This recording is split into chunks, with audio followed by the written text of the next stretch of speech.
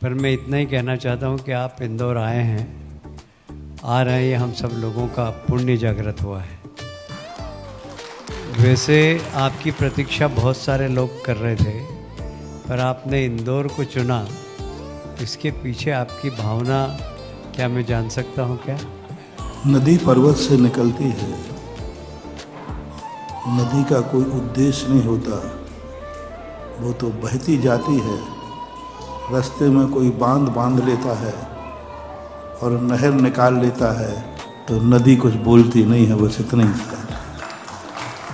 नदी साधु के समान बहता पानी रमता जोगी।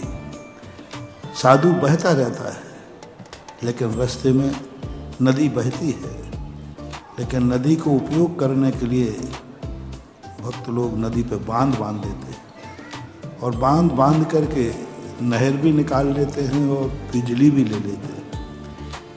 इसी प्रकार नदी का कोई उद्देश्य नहीं होता।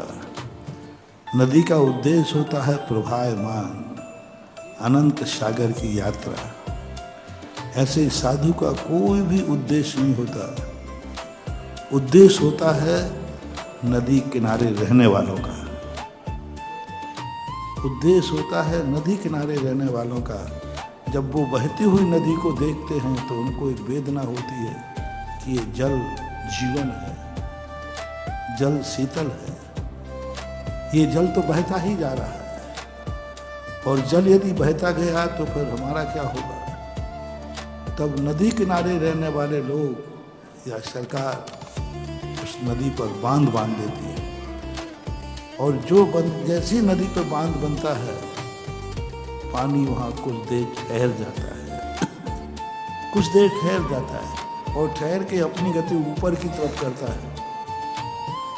इसी प्रकार साधु निरुद्देश्य रहता है, कोई उद्देश्य नहीं। उसका काम तो बहना है, चलना है, अनंत सागर में मिलना है। लेकिन जब साधु बहता है तो किनारे रहने वाले आप जैसे लोगों को ये लगता है कि ये पानी बह जाएगा, हम प्यासे रह जाएंगे, तो वे चतुर्मास रूपी बांध देते हैं, तो यहाँ पूरी होती है।